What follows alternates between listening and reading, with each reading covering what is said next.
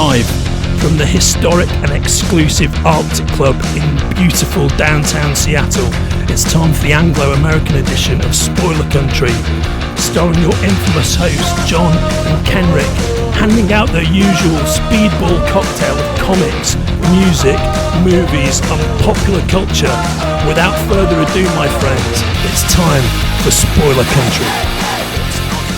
Shows, and they did a bunch of TV ads like in the 80s where it was kind of gag stuff where Steve Wynn would be going, I'm Steve Wynn, I'm the owner of the Golden Nugget, and while he's in the middle of doing that and we've got Sinatra playing here, Sinatra would walk in, and just go to him, give him a tip, give him $5 and go, make sure you've got plenty of towels, kid.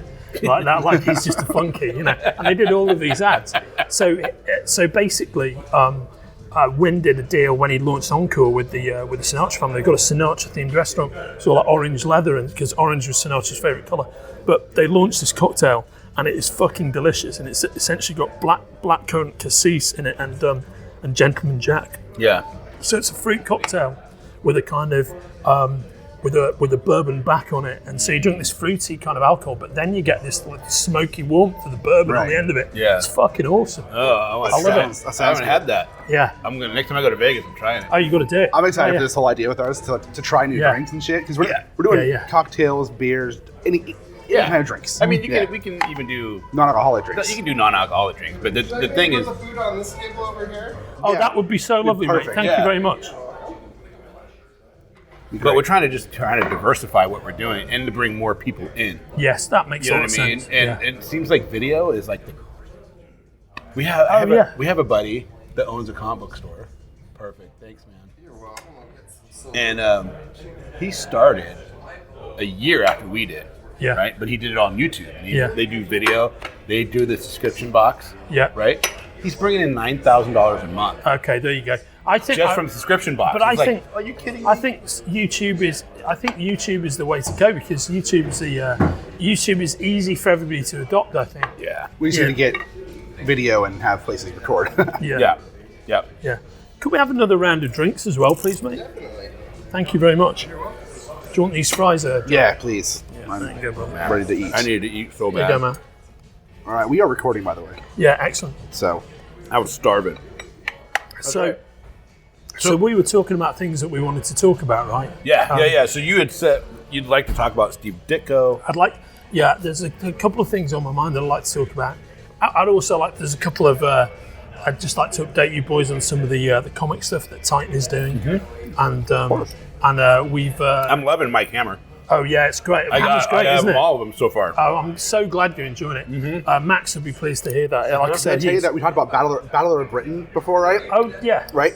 I actually own that series. I didn't realize that I actually own the series. Fantastic, mate. It is great. It's really good. Yeah, I didn't realize I had it because I had gotten it years ago and read it, and then the name escaped me. And I got home, I was looking it up, and I was like, I recognize these covers. And I was like, oh shit, I own these books. Oh man, it's a real hidden gem. Before we get into, I wanted to talk about some of the creators that are dear to my heart that have either passed away recently. So that would be Ditko, who's passed away earlier this year. Right. A legendary figure, of course, co-creator of Spider-Man and Doctor Strange. I'd talk about some of the realities of his life versus some of the... I'll trade you the empty one. Oh, thanks so much, mate. Sounds Thank good. you. Some of the realities of his life versus some of the rumours that abound about him. Thanks, brother. Thank you very much. That's great. And talk a bit about Norm Brayfogle, who passed away recently, who I think is the greatest Batman artist of the 80s and one of the two greatest Batman artists of all time. Yeah, he was amazing. I love that you brought him up, because honest to God, I didn't know who he was. Yeah, right on. And then you brought it up, and then I looked him up. I'm like, how do I not know who this guy is? I think you know his work. I knew his work, that's for sure. And drenched in mood and shadow. And then I wouldn't mind talking just a little bit about Gary Friedrich, who passed away recently. He's the creator of Ghost Rider, but was a great Marvel scripter, and did some stuff that I'm particularly fond of, which isn't as well known as Ghost Rider. And then just thinking about Brayfogle and the whole Batman thing, wouldn't mind talking about Jim Aparo for a bit, who's the great Batman artist of the 70s, and is probably, in my opinion, with certain caveats, a certain form of his artwork is probably the greatest version of Batman ever. talk a bit about that. Yeah. Was he like right before Neil Adams or right He was just after Neil. After It was Adams. after Adams, but So sometimes after Adams, before Grell, because Grell had a little run in there in the 70s. Grell had too, a right? very small Batman run. It didn't last for a long time. Right. But concurrent with all of those, because the key to understanding Aparo is that he was the artist on Brave and the Bold, like throughout many other reigns of other Batman artists coming in. So the thing about him was he was super versatile. He could draw anybody, which is why he was on Brave and the Bold. And he started off on 100 and above. That's right. And he did all the team up stuff, and he'd also done Aquaman before that. And then when he was at Charlton, he'd done the Phantom. But Aparo's art is kind of like super masculine. You know, the men in the heroes in his artwork, they always look incredibly rugged. Right. Almost have that same kind of quality that like actors in 1950s movies like Aldo Ray have. You know what I mean? Kind of like The Marlboro kind of Man. actor you don't see. Yeah, and these guys are really but he just drew a really cool version of Batman. But I'll get into that in a bit. I thought we could open up. We've just finished New York Comic Con, which for us at Titan it went really super well. That's so good to hear. I'm happy to hear that. It was great. We sold out of our stuff. It's a privilege. You sold out of your stuff? Yeah, I was we laughing sold at out. you. Yeah. That picture was great. Oh yeah. You guys are all tired, or you're all drinking, or you're all. Oh yeah. You're sitting back there reading the book. No, that's right. Exactly. Yeah. If you go to our Facebook page, you'll see all our kind of shtick photos that we take day after day of just because the thing is, Comic Con is a brilliant event. It's also super tiring. And so it's good to have like a focus that we're doing at least one gag photo a day. Right, have fun with it. Have fun with it. That's what we're trying to do. I mean, for me, one of the great privileges of working New York Comic Con versus San Diego. I love San Diego Comic Con. It's the cultural epicenter of the comics and pop culture business. Right. And what I love about San Diego Comic Con is the way it takes over the entire city and everybody joins in, which is something we were talking about the last time. New York does? No, San Diego. San Diego. But New York's different because New York is New York. The great is thing Gotham. it is Gotham. The great thing about New York is New York keeps rolling. Whatever you put into the Javits Center, it basically doesn't care. New York is still cooler than anything else you can put on at the Javits Center. Right. Whether it's Comic Con, whether it's an anime convention, whether it's a music convention, whether it's a concert, whether it's Bruce Springsteen on Broadway. The city's bigger than all of that. Yeah, it is. And so you walk one block over from Javits, and even though everybody's wearing their costumes and stuff, New York doesn't give a fuck about the fact that's going on. But that's what I love about it as well. I love that just as much as I love San Diego. It totally embraces it. And the great thing for me, as a lifelong Marvel and DC fan, and a huge fan of like classic Marvel, a huge fan of Steve Ditko and classic Spider-Man, is that you walk from your hotel to the Javits Convention Center where New York Comic Con is held, and you walk past all these really unique Manhattan sites, which are the water towers that are everywhere, which is all about Steve Ditko's artwork. Until I was 16, I had never seen a water tower with my own eyes, because that's the age I was when I first went to New York. But I'd seen hundreds of them in Ditko's artwork, peppered throughout the city. And actually, I think given where his studio was in Midtown, he could look out his window and see a bunch of water towers. And for me, that's a kind of pure Spider-Man site. So when I'm walking through Manhattan and I'm walking past those water towers on the way to Javits at 8 in the morning or whatever, it's like being in the middle of like Ditko artwork. Yeah. And something we were talking about before we started recording is something I would totally recommend if you ever go to Manhattan, a brilliant thing to do that is one of the greatest things you can do as a tourist in Manhattan, and it doesn't cost anything. It costs like the same price as subway rides, something like $2.50. Is you go to 59th Street and 2nd, and you take what they call the Roosevelt Island tram over to Roosevelt Island. Now, Roosevelt Island is the island that is in the middle of the East River between Manhattan and Queens, and the 59th Street Bridge, which is the famous wrought iron bridge that appears in Woody Allen's Manhattan. It's a really super iconic bridge. That crosses over and has some of its foundations in. Doesn't that go from Manhattan to Brooklyn? It goes from Manhattan to Queens. Oh, Queens. And basically some of the stanchions are sunk into Roosevelt Island. But Roosevelt Island as a location is is the place that, in loads of things, say like Elementary or like Law and Order, you often see the detectives like having a chat in Manhattan, and Manhattan's in the background, and that's where they are. They're walking along Roosevelt Island. but Roosevelt Island connects to Manhattan by something they call the Roosevelt Island Tram, but it's actually a cable car. Yeah. And it's the cable car that features like heavily in Spider-Man mythology, and it's the cable car that features the climax of the Tobey Maguire Spider-Man movie. So when he's battling with the Willem Dafoe Green Goblin, and there's a bunch of citizens inside a cable car, that's exactly where it is.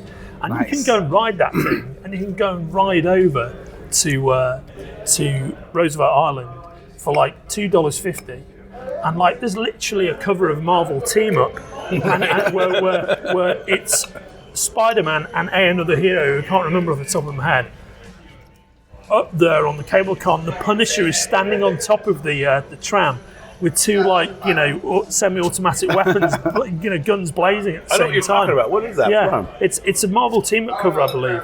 And that's how key it is to Spider-Man mythology. But you can go and be part of that for nothing, And then when you get to Roosevelt Island, you can walk around and see those amazing views, and it's got this incredible park called the Franklin Delano Roosevelt Four Freedoms Park. So you walk to the bottom end of the island, which is kind of pointing south towards the mouth of the East River, and it's got this park which is kind of built out of kind of marble, all this beautiful white marble, and it's about the basic tenets of freedom as espoused by FDR and how we can't lose sight of that. Right. But it's got an incredible view of down the East River, down towards the mouth of the river. And it's an incredible thing to do, and it costs nothing. But it's pure New York mythology. It's pure Spider-Man mythology. Put you in New York, you see all the Spider-Man, right in the books. So, you guys, for example, being the big Marvel fans that you are, I've got this kind of tourism list of things you should do in Manhattan just if you're a Marvel fan. That's at the top of it. Dude, when we go to New York, I want that list because I want to do that. Last time I was in New York was 2006, and it was strictly, I was on Staten Island, and we went into Manhattan to go to Times Square and to go to the hell's the big park name? God damn it. Central Park. There you go. Yeah. We went there. I was just freshly with my wife. We weren't married yet. We had the two kids with us, and we went to those two places, and then we left. That's all we did in New York, besides staying on Staten Island and hanging out with some friends. But I get it. I mean, the thing is, New York's so rich. Yeah. Just in terms of experiences, you go back time and time again and do a different thing every time you go there. I'm lucky that my work's taken me there many times over the years. After maybe going a handful of times between the age of 16 and the age of 35. In the last 20 years, there's been a lot. But it's always fresh and there's always something new to do. Another thing I would totally recommend, at the risk of turning this podcast into a kind of New York travelogue, the other thing I would recommend doing is taking the East River Ferry. Now that is an amazing thing to do. So basically you go to, I think the seaport's at 34th where it meets the East River. And you get on the East River Ferry and then you go at speed down to Greenpoint in Brooklyn where there's a pickup spot. Yeah. And you go right down the second half of the island, but you get an amazing, constantly evolving view of Lower Manhattan. So you get great views of the Chrysler Building, great views of the Empire State, and then it ends up, you can go straight through to the Wall Street area. Where you get off a stop before, that's at Dumbo, down under Manhattan Bridge overpass, where the Brooklyn Bridge Park is, and that features in tons of movies where characters are walking along having a conversation with Lower Manhattan in the background, and there's great restaurants and bars there, and then you can walk back over the Brooklyn Bridge. So you can take 3 hours out of your day and just have this amazing kind of whirlwind tour of Manhattan. That'd be awesome. And it costs $2. I've never been to Manhattan. A little. You haven't? Yeah. Nope. Yeah. I've never gone to Manhattan, which is weird because I've been all over the place.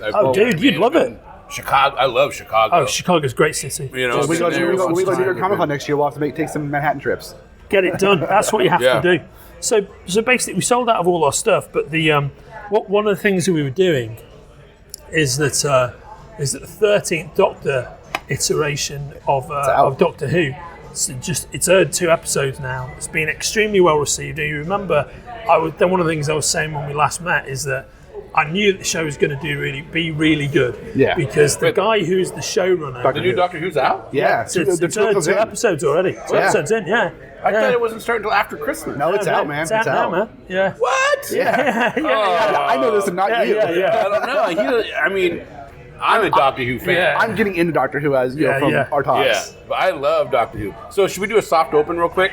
Yeah, right. Sure. On. Yeah. So We're here. We're here today, and we are in. Have we got 15 minutes into this conversation? But we're going to do it now. That's fucking brilliant. So we're in the historic Arctic Club of Seattle, Washington. Yeah, we are. It's an amazing time, and we get to sit here with one of our good friends, one of our best pals, Andrew Sumner, the EVP of Titan Merchandise. Indeed. Or Hello. Titan Entertainment. It's so great to be here with you guys. Oh, man. Likewise, so good to see you Awesome. again. Been looking forward to this all week. Oh, man. We got some topics to discuss. We got some fun stuff. We got some somber stuff, I guess you could say. And then, but you're going to enlighten us on the new Doctor Who stuff coming out of Titan, right? Right on. Hey, I'm just going to quickly segue into talking about this place that we're in here. Sure, go do you for it. boys know the history of this joint? Not at all. It's fascinating, right? Nope. So the Arctic Club. Only lived here my whole life. This is a. So we're in this quite historic part of town because the Smith Tower, is just around the corner as well. Smith and Wesson. I know the history of that one. Yeah, which is it's probably one of the greatest old skyscrapers in America. It's got an amazing bar at the top of it, and a famous architect lady lives in the kind of pyramid. penthouse, in the pyramid. Yep.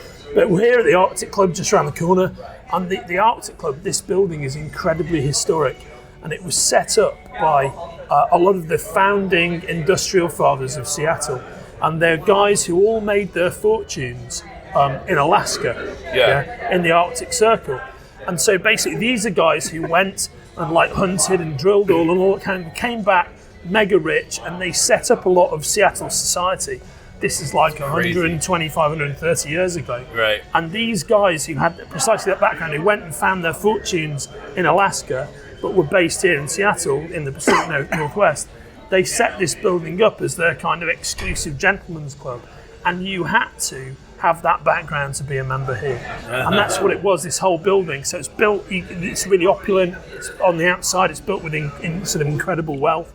And the motifs that you see around the room here, which are all these photographs, these old kind of Edwardian era photographs. These are all the members of the Arctic Club. These are the guys who set it up.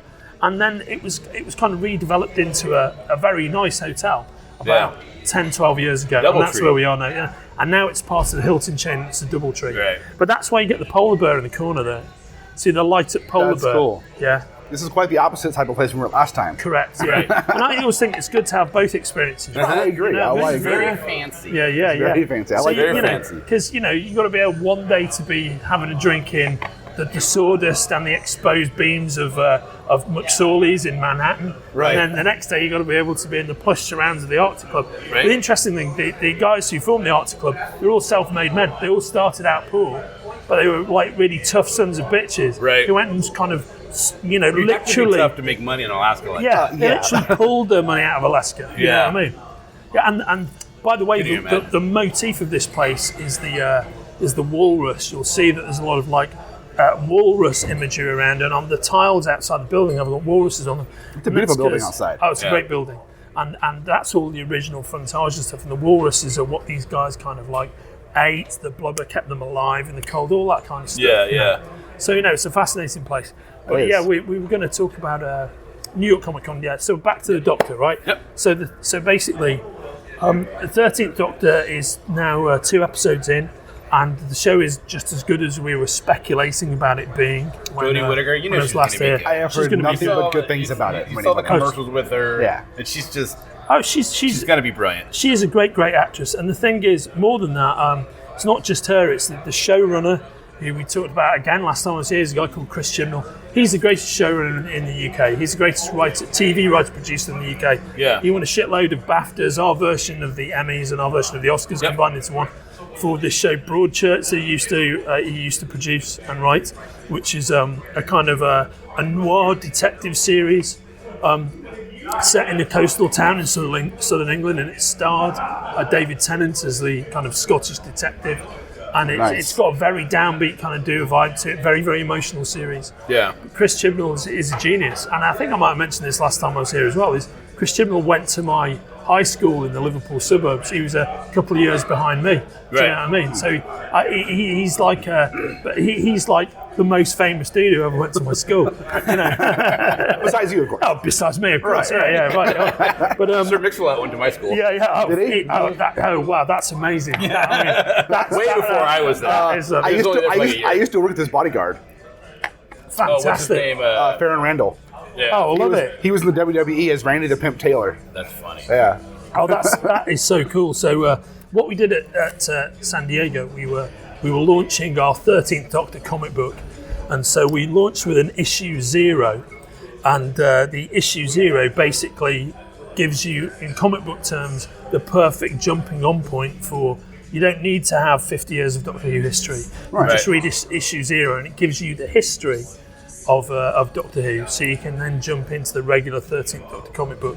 And the regular 13th Doctor comic book, that's actually launching in November, and it's written by a great talent, a lady called Jodie Hauser, and that is that the first issue is going to be on sale on November the 7th. Nice. Yeah, and that's our ongoing 13th Doctor comic I bet book. it sells really, really well. Yeah, I mean, we've got great pre-orders on it, so yeah, we're all really excited about it. Yeah. And some great cover art on the. Yeah, Louise covers oh yeah, we've got a are great. amazing. Yeah, I'm showing the boys for the people listening to this. I'm showing the boys the covers we've got coming up. There's a variety of covers. There's a photo cover. There's a great cover by Alice Sang, who's a brilliant US-based artist that we work with, who does a lot of pastel-coloured like illustrations and whatnot. She's done a bunch of DVD covers for the BBC. Yeah, and so it's all good stuff, you know.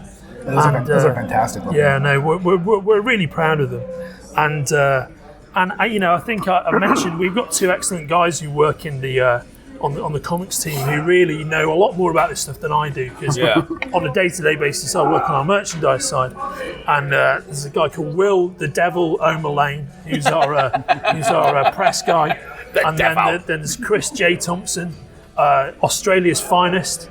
He comes from Melbourne in Australia, and he is our brand manager on comics. And I think both of you guys have had some interaction with them before, but they're really excellent guys, and they know the stuff inside out, and they've been doing a ton of work. We need to get them with on. the editorial. Yeah, you should get them on. They're good dudes. You know what I mean? Yeah. And then, Well, if we go to London, we get them all on, right? well, you get everyone on. We'll put everyone into a boozer and we'll just get them talking about Yeah, stuff. perfect. Yeah, right. Will, by the way, is only a young dude, but he's a fucking massive Spider-Man fan. He's super knowledgeable about Ditko, who we're going to talk about in a bit. And Nice. and you know, Chris Thompson is a man after my own heart. He's just spent years loving comic books, you know. I like it. So the other thing that we launched is an ongoing series of comic books based around V.E. Schwab's best-selling Shades of Magic novels, and they're kind of like a young adult series, very, very cool fantasy series. Victoria Elizabeth Schwab, V.E. Schwab, and she has like a massive online following. And issue 1 came out just this last week on October the 10th. And if you look at this, some beautiful kind of cover art there, all based within the mythology of these books, which I won't spoil. Who's doing the cover art in those? Okay, so there is some cover variants here, and I'm not sure. That looks amazing. That's amazing. That's the one that we had at New York Comic Con. I was very pleased with that. And but you look into the designs of it all, it's really lovely. The interior artist is an artist called Andrea Olimpieri. She's super talented. Yeah, you know, it Super kind of talented. reminds me a lot of Fiona Staples. Yeah.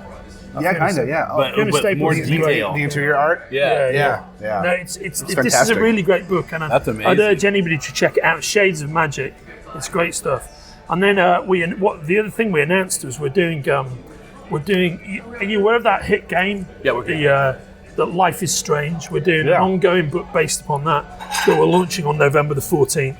And so that's quite an interesting, I don't want to spoil it, it's quite an interesting take, but if you're a video gamer and you're into Life is Strange, the comic's really well worth checking out. Is it an adaptation, or is it like in that world? It's in that world. Okay, Yeah, good. it's in Good. that That's world. awesome. And were you guys ever into Tank Girl?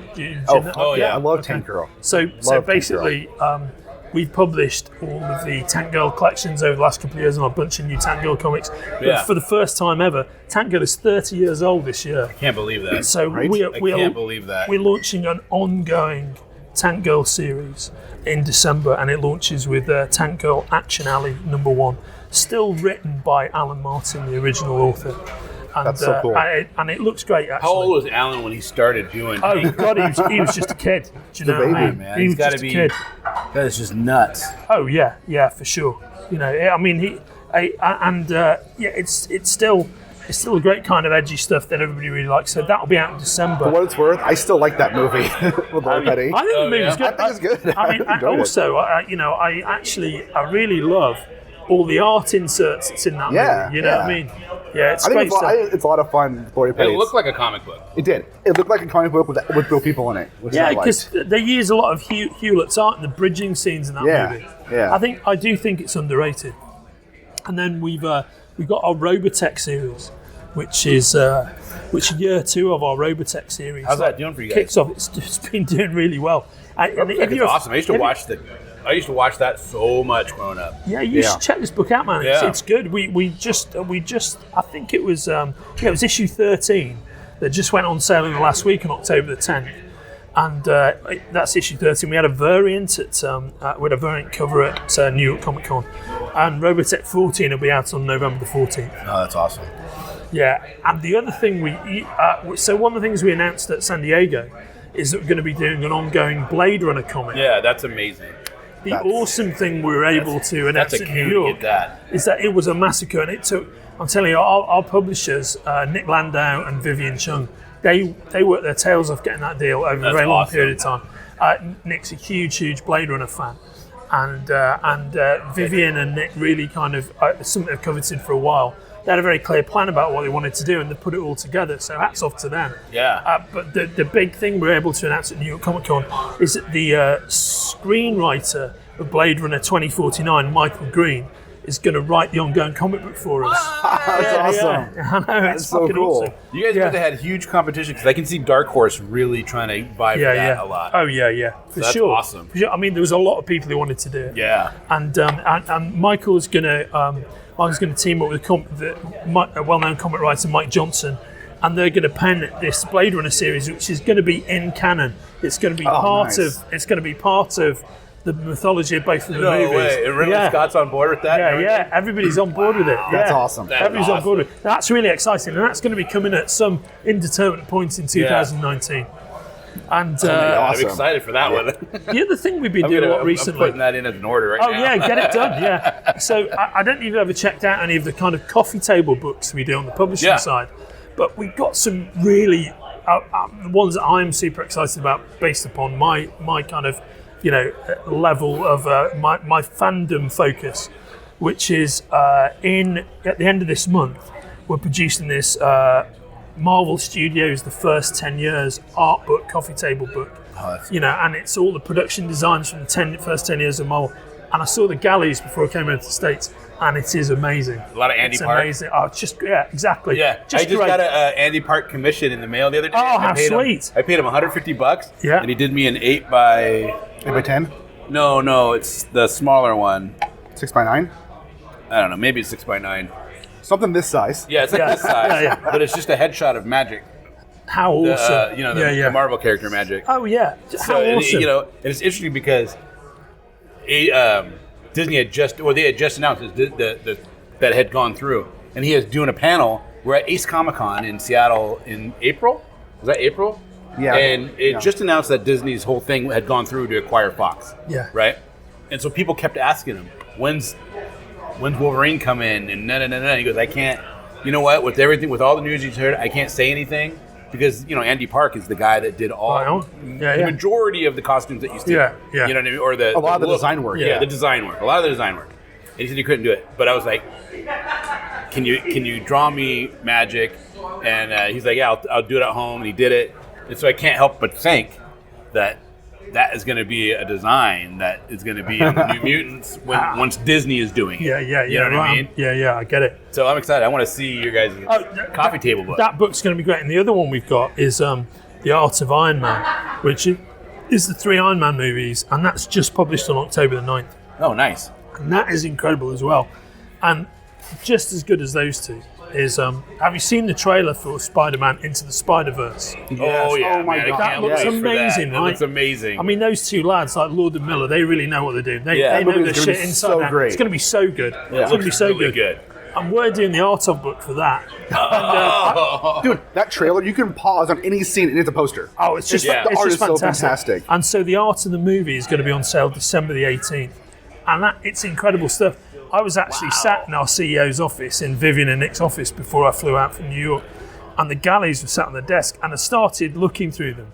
And I had to stop myself, because I just want to go in and, enjoy the movie. Yeah. It was so good. I was like, Yeah. But I mean, it just that trailer. I mean, it's like it's late 30s Peter Parker. Right. It's Miles Morales. It's Spider-Gwen. It's Spider-Ham. Yeah. I know, Spider-Man. Spider Noir, I mean, this is so good. It's I used just to so collect good. Spider-Ham when Yeah, I yeah. was like Dude, I love Spider-Man. 12. I loved it. Peter Porker, I the Spider-Ham. literally cannot wait to see that movie. Yeah. But the art of book we do. Where do you think you'll be at when it comes out? It's incredible. Where will I be in the world? Well, Yeah. what is that? Yeah, where will you physically be located? I'll physically be in London then. Oh, okay. Yeah, I'll be back at home because it's. I think it comes out in December, Yeah, right? December, yeah. Yeah. So I've got this thing that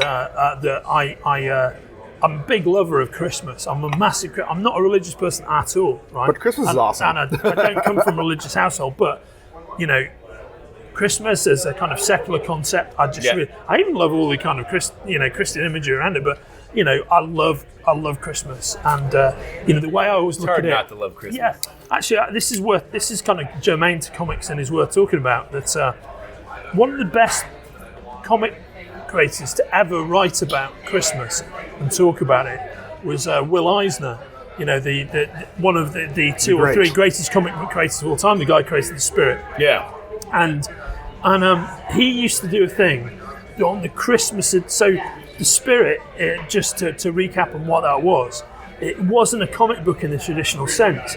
It was a 16-page color booklet called the Spirit section that was inserted into American Sunday newspapers between 1940 and 1952. Yeah. And so the Spirit was a weekly colour 8-page comic strip that was half of it, and there was other stuff in the second half. Yeah, and Eisner himself wrote and drew with some assistance, but wrote and drew the 8-page Spirit section. So that's why he always owned the Spirit. It was never published by DC or Marvel. Right. But it was essentially it was a newspaper strip, but it was really a newspaper comic book hybrid.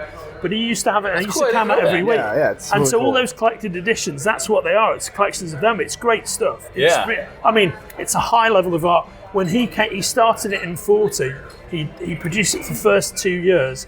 Then he got conscripted into the army for World War II. And it's produced by assistants like famous old comic book dudes like Lou Fine and whatnot while he was in the army. Then when he came out, when he was... Do you like the work they did? Lou Fine was an amazing artist, right? But Eisner's view is that basically the strips that were produced in his absence were kind of a pale retread of his vision. They didn't have any of his artistry, and that's a fair cop. They look good, but they're just kind of like any regular Golden Age comic book. But the minute he got back, what he'd been doing when he was in the army, he'd been producing kind of like instructional cartoon strips and posters and whatnot, and he'd really matured in his art. So he comes back, in late 45, early 46, and then there's the strip between like 45 and 50 as at its absolute creative peak. But he had this thing that he did, which was called the Christmas Spirit. So in the Christmas edition of the Spirit, there were 52 Spirit strips of about 8 pages produced every year. Right. In the Christmas edition, it used to be called the Christmas Spirit. And the Spirit's thing was because he hides out in a place called Wildwood Cemetery, where he's a criminologist who's allegedly died. Right. But he was actually kind of frozen in a chemical which put him into suspended animation, so he never really passed away. So he lives in Wildwood Cemetery under his own gravestone, right? And so what he'd do is he'd basically at Christmas time he'd just sit back and he'd have the scene where he goes, well, I don't fight crime on Christmas. the Christmas spirit looks after everything, not me. Yeah. and if you ever saw Eisner talk about Christmas, because he was a Jewish dude, he was like, well, I never celebrated like Christmas growing up, but producing a mass market newspaper strip, for a mainly back then traditional Christian audience. Yeah. He was like, I got into my view of what Christmas is, where it's that one day a year where everybody takes time out to forget about all the bullshit that goes on and like the petty competitiveness and all the nonsense in the world, and everybody takes time out just to be good to each other. And I think that is a brilliant philosophy of what Christmas actually is. Yeah. And you don't have to be a religious dude to embrace it, and I'm not, but I do embrace what it. the spirit of Christmas really is. Exactly. And Exactly. Be good. And I think it's an important thing, and so that's a very, as usual, massively round the houses answer to your question, which is, what am I doing in December? Well, I always take December out to spend it at home in London. And I split it between London, my home, in the last 30 years, and Liverpool, my hometown, which, as I've said before, evangelised about, is a great city. So it's a good time to go to London and actually see. Oh yeah, exactly. Yeah, because also London's a great Christmas city because. Oh yeah. I'm sure. The popular conception of Christmas around the world is actually forged in Dickensian London. Right. Yeah, it's Charles Dickens, isn't it? A Christmas Carol. Yeah. So if you think about all Christmas imagery, it's people with top hats and like frock coats and like scarves, and it's snow in London. So London's a great place to be at Christmas time. It's awesome. You know who designed our current concept of what Santa Claus looks like, though, right? Coca-Cola. I do know this. Yeah. Before that, he was a little elf. Yeah, and before that, he used to wear like a green. He was kind of green basically. Yeah. It was either Papa Noel or elf. Or, I mean, do you know what we call Santa Claus in the UK? Father Christmas. No. Yeah, so and you guys say Happy Christmas. Yeah, we do. Yeah, We say Merry Christmas. Well, and that's funny because we say Merry Christmas as well. A Merry Christmas is actually an English term. Merry Christmas and Happy New Year, that comes from England. Yeah. But over time, we've said Happy Christmas. I think one of the reasons why we say Happy Christmas so much is because that John Lennon song, Happy Christmas, War is Over. Yeah. That's kind of, I think it's one of the things that, but I personally am a big adherent to Merry Christmas because I like to keep yes please brother. Yeah, we'll do it again. We'll take all the way around. another hit. all the way Thanks around. very much. Yeah, so Wait. I'm not done with that one. I'll be. Don't take that man's drink. It's not done. Not unless you want to. Not unless you gotta finish it. Yeah. That episode of Spoiler Country went well until Kenric started beating up the bartender. Right. Taking his vodka away. Yeah. Then it went great. It was fine until he beat the bartender to a pulp. It wasn't pretty. We're right next to the pool table as well. He's recreating that scene from Coogan's Bluff where Clint taking out the guy at the pool table. Takes out his nose and all his bridge work. Don't take my fucking vodka. What? Sorry, where am I? Anyway, Spoiler Country. I love Getting it. led away in chains. Spoiler Country coppers. You never take me like Hey, why are you taking a keep the recording going? Come on, keep the recording going. God, this is good shit. It's great content. You'll never take me alive. I know my rights. Yeah. Spoiler Country. Just getting locked into a black and white and driven off. My stomach hurts from laughing. How are the fries? We're good. We're good. So yeah, Christmas is a good time. So Yeah. that is where I'll be. Celebrating Christmas and watching Spider-Man Into the I Spider-Verse. can't wait. I really can't wait for that movie. I fucking cannot wait for I it. am not excited for I'm more anything excited else for that Yeah. than I was to see Venom. Yeah. Than I was to see Ant-Man and Wasp. Yeah. Like Aquaman's coming out next month, but I'm more excited for the Spider-Man movie. yeah. Yeah. I Yeah, mean, I way love more. Jason Momoa, but I'm not really excited about Aquaman. But I can't wait to see Spider-Man. It looks Dude, great. That 5-minute trailer looked amazing. And the thing is, I do believe in Justin Lin. He's a great kind of talent. You know what I mean? So, right, okay. He made Fast and the Furious cool. He's great. He's great. He's a very, very talented guy. So I was stuck in Cleveland at the weekend. Cleveland, never even been to Cleveland. What am I talking about? Scratch that. I wasn't stuck in Cleveland, but I would like to go. I've never been there. I was stuck in Cleveland in my mind. No, you got it right. You got it right. You were stuck in Cleveland. So Must have been the rock and roll. yeah, Hall of that's Fame. right. Yeah, that was it. You know, and then Cleveland, stuck in Cleveland. Can't stop thinking about Cleveland. Thank you very much. You're mate. going back Cheers, to thank you. Ohio. Yeah. want that? So Thank you. So check this out, right? Apparently, this is going somewhere. always does. It always does. This is a common experience, right? Yeah. Thanks for the lemon on my hand. I appreciate that. I'm in Denver at the weekend. Disinfection. I'm in Denver at the weekend. Yeah. And Great city. Love, fantastic city, fantastic state as well. I really, as you know, I'm a great lover of all the US states. I love the mountain states. Yeah. Utah and Colorado, incredibly beautiful places. Great city, have some good meetings. I go to bed on Saturday night in Denver. Have some meetings. I meet an old friend of mine for lunch, William Smith. If you're listening to this, Will, great to see you, man. And a super nice, super great guy. Used to work for Hot Topic. Awesome person. So we have a nice lunch and do some meetings and whatnot. It's all good. I go to my hotel and I hit the sack and I take a picture of this beautiful sunset, and it is 62 degrees and it's like 8 o'clock at night or whatnot. Yeah. 62 degrees, amazing sunset. Go to sleep, get up relatively early.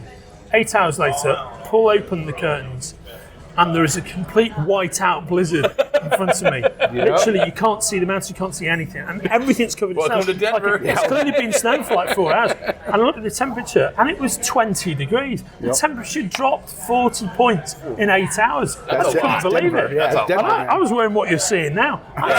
You were cold. So I'm stuck in Denver. There's a fucking blizzard going on.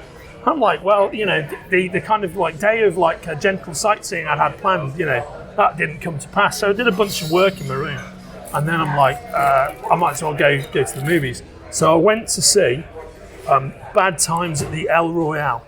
Oh, was that good? It's fucking awesome. Oh, I want to see great. that. And it's one of my 2 or 3 favourite movies of the year. And I don't want to. Contrary to the name of this podcast, I don't want to give anybody any spoilers, because it's like it's one of those films that's much better seen just completely cold. Yeah. I mean, I wouldn't even revise and go and see the trailer again. I'd just go and see it. Yeah, it looks so good. But it's brilliantly written and directed by Drew Goddard, who's a great talent, obviously. Yeah. From his Daredevil days and whatnot. But the cast is uniformly good. And it's like full of surprises, and it doesn't go where you think it's going to go. Even, having seen every Tarantino movie under the sun, when you look at it, you think, okay, well, probably it does some really good stuff. Yeah. And I was genuinely surprised at certain points in the narrative.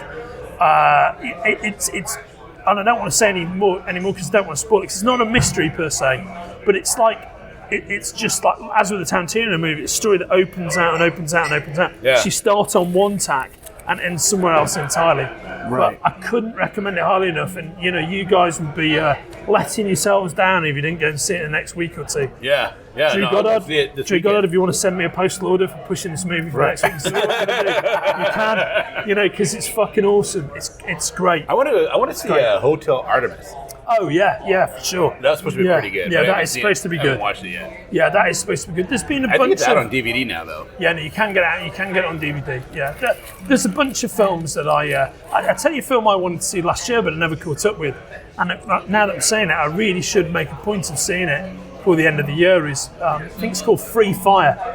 Yeah, and it's about a bunch of like gun dealers trapped in a warehouse, and none of them quite trust each other. And it's got like Brie Larson in it. And You it's had me got, at gun dealers. I want to see that. And it's got like what's his name?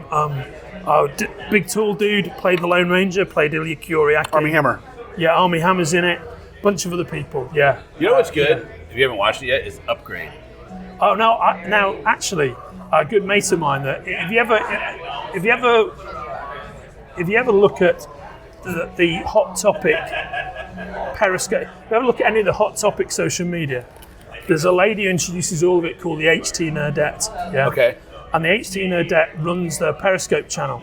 And every now and again, I go and do a piece on the HT On Periscope? channel. Yeah, on Periscope. Oh, I've never It's every I know Wednesday. Periscope, I've It's never every used it. Wednesday, and if you go and look at the Hot Topic or HT Nerdette Periscope, there's a couple where I'm doing them with her. In fact, I'm doing one this Wednesday. Oh, cool. Yeah, Check it out. She's a good friend of mine. She's an extremely cool person, and she went to see Upgrade, and she said it was the nuts. She thought it was fantastic. Dude, she was massively waxing rhapsodic about it. I watched it, and I had a simple concept of it. You know what I mean? Just a brief, I knew it was a guy that somehow is upgradable throughout the movie. Yeah. It blew my mind. Yeah. It was one of the best sci-fi I haven't heard of movies it to come before. out. I haven't heard of it. Yeah. Oh, yeah. But I'll have to check it out now. So Oh, yeah. the whole concept is: guy gets in an accident. Won't tell you everything. Gets in an accident. He's paralyzed from the neck down. They put a chip in his spine, and the chip starts talking to him because it's all AI. And then it says, "Do you want me to take control?" And he's like, "Yes." And then they start investigating the murder of his girlfriend, and it is crazy. You have to watch it. I'm ready. I'm in. Don't on watch it that. with the kids, Okay. Because it's insanely Violent. visceral, Yeah, violent. Yeah. But No, it I sounds definitely it's dope. want to so see it. good. Yeah, it's I good. It's definitely fun. wanna It's, see it. it's definitely one you should check out. Yeah. If I'm you in. like if you like sci-fi, I love sci-fi. right, and you like a good story that the nice thing about it is that they didn't have a lot of money, so they really delve into character development more than just visual. You know what I mean? But it's very visceral. Right, I like that. Yeah. I like character development over. I mean, I love fancy effects. That's why right, the first but- X-Men's so good. Right. yeah. Kevin Feige talks about that. Yeah. He talks about the fact that the first X-Men movie, they didn't have any money. Fox didn't Yeah. want to give them any money, so they had to do character development to bring the story across. Yeah, right. Like the scene where they had the guns. Many didn't have the guns. Those were just hanging guns off of wires. Yeah. They couldn't CGI that. Yeah, you're right. Yeah. They couldn't afford to do I it. mean, it's a triumph of. But that's it. Sometimes what delivers great storytelling Yeah. is not having the budget to do a whole bunch of stuff. Well, I that's why the original Deadpool's so good. Yeah. I low think budget. a lot of comic book movies need to move in that direction. I think that's why people like us love the comic book so much, because we read so much. Like me and Johnny were talking about the other day.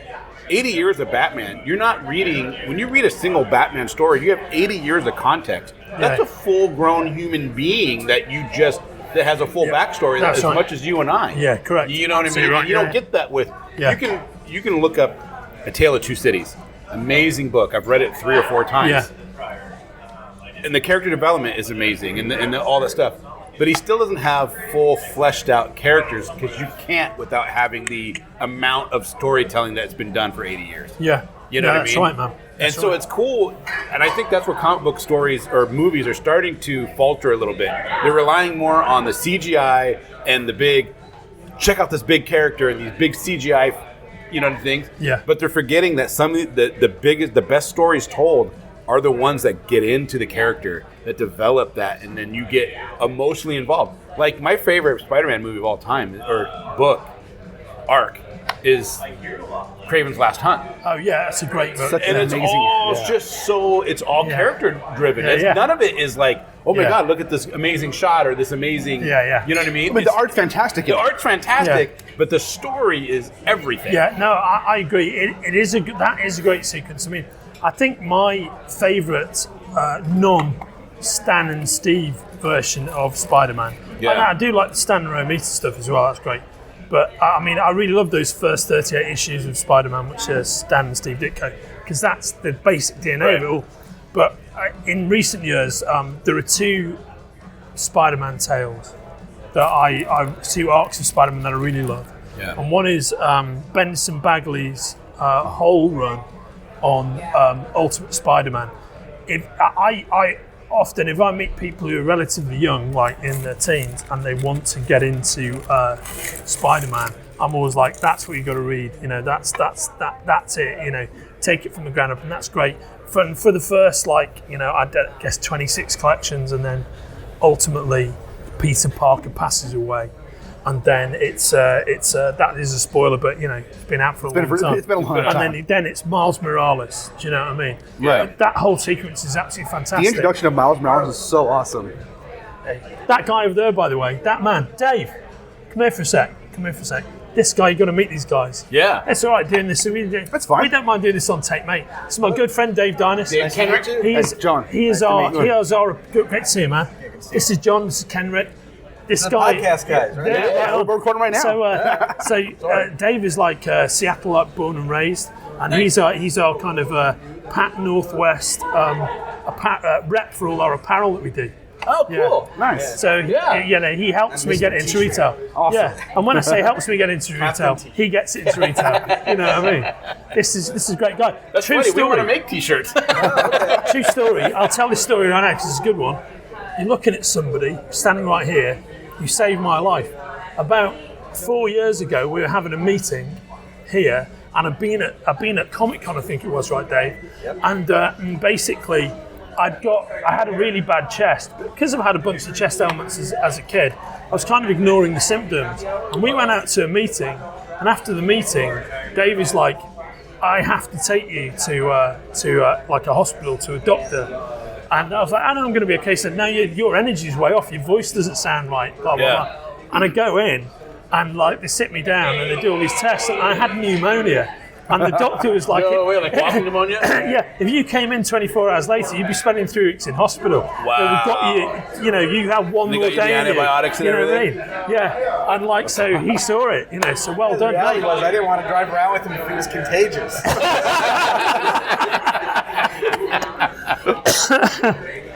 Oh, man, that's crazy. Good to see you, man. All right, mate. Okay, right on. right. Yeah. Oh, man. Andrew is an amazing guy, man. Yeah, that was pretty fun, man. That was a lot of fun. I mean, he knew stuff about the Arctic Club, and we grew up here, and we didn't even know about it. I'd never heard of it before, to be honest. So he said, let's go to the Arctic Club. I was like, all right, cool, whatever. There's so many, but to be fair, there's so many bars and clubs like that down in Seattle. Yeah. I mean, seriously. I didn't hang out in Seattle as a kid. I would go to Seattle for like shows and then go home. Yeah, you know? It's the same thing. I went to laser shows, being stoned and going to see Pink Floyd laser show, man. And I saw Metallica's, man, and Nirvana, and I saw a bunch of them, Jimi Hendrix and Led Zeppelin. Nice. I've never been to a laser show except for like I went to one at. They did a small one at like the Air and Space Museum in DC when I was there, but it was like nothing. Well, the Seattle Pacific Science Center's laserium is pretty spectacular, Yeah, I know. But you got to go when you're like 18, 19. That's the thing to do. Right. I don't want to go now. Yeah, you go now. I mean, you can go with your kids and stuff, but it's not the same. We actually had tickets to go see Laser Sublime. Oh. Like 2 or 3 years ago. We bought tickets for it, and then at the last minute came like, you know what? I don't want to go to this shit. we decided to stay home instead. It's pretty fun. I was dumb and I got kicked out of the Redwood Plaza where the Family Fun Center arcade was when I was like 17. I don't know what I did. I can't remember. But we ended up... Something dumb? Yeah, something stupid, I'm sure. And we ended up going to the laser shows almost every weekend for like 3 months in a row. Damn. Yeah. We just, me and my buddies just go all the time. It was kind of fun. All the girls like going. So we'd go, yeah, let's go. Let's take you. Well, I mean, if the girls are going, you got to go, right? Right. But speaking of Andrew... Yeah. Speaking of Andrew... That was a cool interview that we just did with him. And just so everybody knows, we're going to have that almost once we're shooting for once a month, but Andrew is a globe-trotting... He's a globetrotter. Yeah, he's a globe-trotting salesman kind of thing. And he's busy. Yeah, he's a busy man. And if you follow us, you'll see him all the time. He's at every con that you can think of across America, promoting Titan merchandise, Titan Entertainment, Titan Comics. And, he's just Titan in general. Yeah, and he's the executive VP. The guy is a busy guy, and he takes his time out to hang out with us, and it's amazing. Yeah, and so we had this episode, as you know, because this is the end of it. It was long, but there was no way to cut it down. Yeah, yeah, it was too much fun, and I can't wait to have him back. And what an intro that he just did for us. I know the intros are awesome. Yeah. The only thing I want to say on this is I want to tell a little story about what happened to me before we got to the interview. It's not really an interview. It's a hangout. It's more of a hangout. Yeah, it's a total hangout. That's what we try to do with all our interviews, anyways, is just have hangouts. But this is funny. Right. Can I set it up a little bit? Go set it up. Okay, so I was running late, but I ended up being the first one there, which is hilarious because Johnny was actually there about 15 minutes before, but he was around the building. And he was like, there's a key card to get into this place. And I had already just walked up to the other side of the building, walked right into the Arctic Club, the doorman and everything. The place is plush. And I'm there for like 5 minutes and no one's there. And I'm like, hey, where are you? He's like, what do you mean? He goes, you're like, I'm there. And I'm like, I'm inside. You're like, what the fuck? And then what happened? Well, I'm standing outside, just minding my own business, texting you guys, trying to figure out what the hell's going on, texting Kaylee and stuff. And then this guy walks up to me and there's, if you follow me on social media over the last couple of years, you know that I've written and drawn lots of little stories about my interactions with homeless people in Seattle and stuff that happens. Some bad, some funny, some good. Of homeless people right now. It's actually an epidemic here right now. It really is. And it's not. They're not all bad. Some of them are funny. Some of them are kind of cute. This one was not funny or cute. Yeah, I know if I was homeless, man, I'd be going nuts. Right. So as this guy walks up to me, right, he has, he has like, how like in football and stuff, they put like the black lines under their eyes. Yeah. He has like those, he's like something tattooed under both of his eyes that look like boxes of black, but there was something in them. I couldn't tell. Oh, okay. And he walks up to me and he was like, hey man, I just woke up. I take some heavy psych meds and I'm kind of confused right now. Heavy psych meds. That's what you want to hear. Yeah. To pause that for a second, that is never a good way to start a conversation with somebody. I just woke up because I take heavy psych meds. Does not. I got to keep the image. voices down, man. Right. They keep telling me to murder white people. And I just got to tell them no. But so he says that. I'm like, all right, okay. I'm sorry. He's like, hey man, I'm really hungry. Could you spot some cash? And I'm like, dude, I'm sorry, I don't have any cash, which is true. I rarely carry cash on me. I rarely carry cash unless I actually know I'm going place that I need cash. Yeah. So I was like, man, I'm sorry, I don't have any cash. So I apologize. I'm very, very polite in the whole thing. Right. And then he's like, he mumbles some stuff at me, like, oh, blah, blah, blah. I couldn't quite what he said, but he's like, hey, there's a 7-Eleven right down there. Could you go with me and like buy me some food and some batteries for my music player on your card or something? Some batteries. And I was like, yeah. And I was like, dude, So I'm random. sorry, man. My money is really tight. I got 5 kids to feed and take care of. Like I don't literally, have he probably extra think money. it's a line, but you're like totally telling the Yeah. truth. I got 5 kids. I can't afford to be giving every money. If I had spare money and whatever, and that's one thing. Like, I don't care if people ask me for money or for food. That's whatever. But if I say no, It's not because you want to Move say on. no. It's because you need to. right. Yeah. So I'm like, no. I'm like, dude, I'm sorry. I can't. I got 5 kids to take care of. Money's super tight right now. It's coming to the holidays. I can't do Yeah. it. And he's like, he starts getting like agitated, upset. And he goes, well, man, do you have like any headphones in your backpack you can give me for my music? God dang, I'm man. like, dude, I don't have headphones to give you. I'm sorry, man. I can't. And he's like, man, and then he goes and like swings at me and goes to like slap me across the face, and I No duck way. back, and his hand goes like right in front of my nose. Like I feel the fucking wind like go by my face. He's like, man, fuck you, white boy. And, like starts walking off, and I'm like, dude, Oh my god. you were gonna hit me because I wouldn't give you money? Come on. Yeah. Who's fuck you? Fuck you. Right. And I was polite the whole time. I wasn't rude. I was like, dude, I can't. I Yeah. don't have spare money for anything. That's crazy, man. That's crazy sauce. Yeah. And so, if you follow me on Instagram and stuff, I drew a comic about it. Oh, did you? I gotta go check it out. I did. haven't seen it yet. Yeah. And I've drawn, if you scroll through my Instagram, I've drawn several comics about my interactions with people in Seattle over the last couple of years. That's funny. And you're not tiny, so if you like No. retaliated and actually connected, that'd be hurting on somebody. Yeah. I mean, I'm 6'1", I'm a big guy. Yeah. So, That's crazy. but I mean, ultimately he didn't hit me and walked off. So there's no altercation beyond that. But like, again, I don't give a shit if people ask for money. Right. If I have spare money or if I have food to give them or if I feel like, and I've stopped and I've bought people sandwiches in Seattle many times, Right. I've bought people McDonald's before more than once. But like, if I say no, or someone says no, Just deal with it. I don't know why. They're probably homeless people in Seattle probably are not going to hear this, but if you do, don't get mad if somebody says no. Just move on. Right. It's not worth it. Yeah, well, there's a lot of government assistance here. A lot. So there's no reason for them to be actually on the street like that, begging for, and you don't even know. He probably would have lured you to freaking mug you. Yeah, I don't know what's going on. I don't know where he would take me. Yeah, you don't do that. That's just, Yeah. you're not being very street smart. If you're like, yeah, okay, let's Right. go.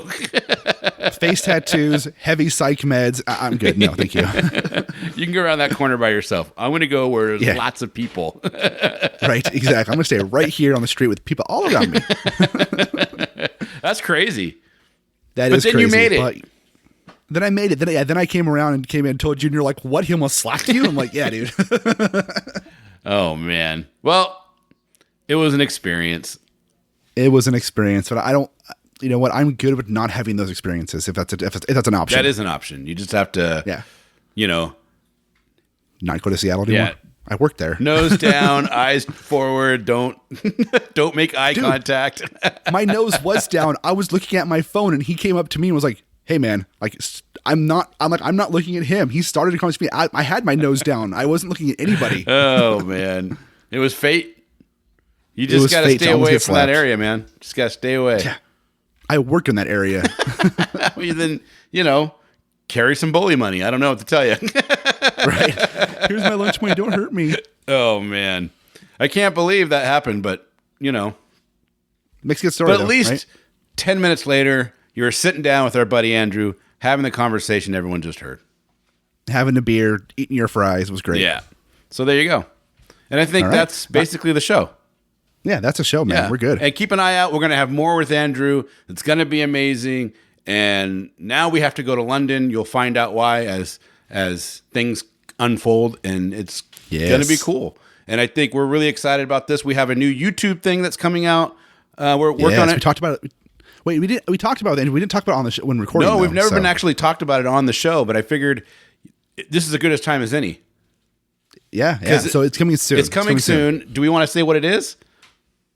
Let's procure the name first, then we'll do it. Yeah, good idea. Let's do that. Yeah. So we'll talk about it on a future episode. Not that we have anybody actually listening and take our idea and go with it. Who knows, But plus my mom's not going to steal any of our ideas. So right, exactly. But if anybody's listening and gets to this point, send us a tweet saying you heard this, and I'll give you something. I will send you. Totally platonic some PDF comics. It'll be platonic in nature. Yes. I will give you some. I will give you some free previews of comics that are done that I'm going to be releasing soon. There you go. All right, and that's a show. That is a show. Don't forget, we are heard everywhere podcasts are heard. We are on all the social media platforms that we could think of. If we're missing something, let us know. We'll get our asses up there, and we will. Come and say hi. And give us a call at 707-656-2080. Leave a voicemail, 707-656-2080. And check out our website for awesome articles. You wrote one, which is fantastic, at scpod.net. Yep, all about Venom, the movie, and what I think of it. And which we may do a follow-up episode on that. We may. We may not, but we may. Hey, Johnny, you know what happens when you read more? It opens your mind. That's a show.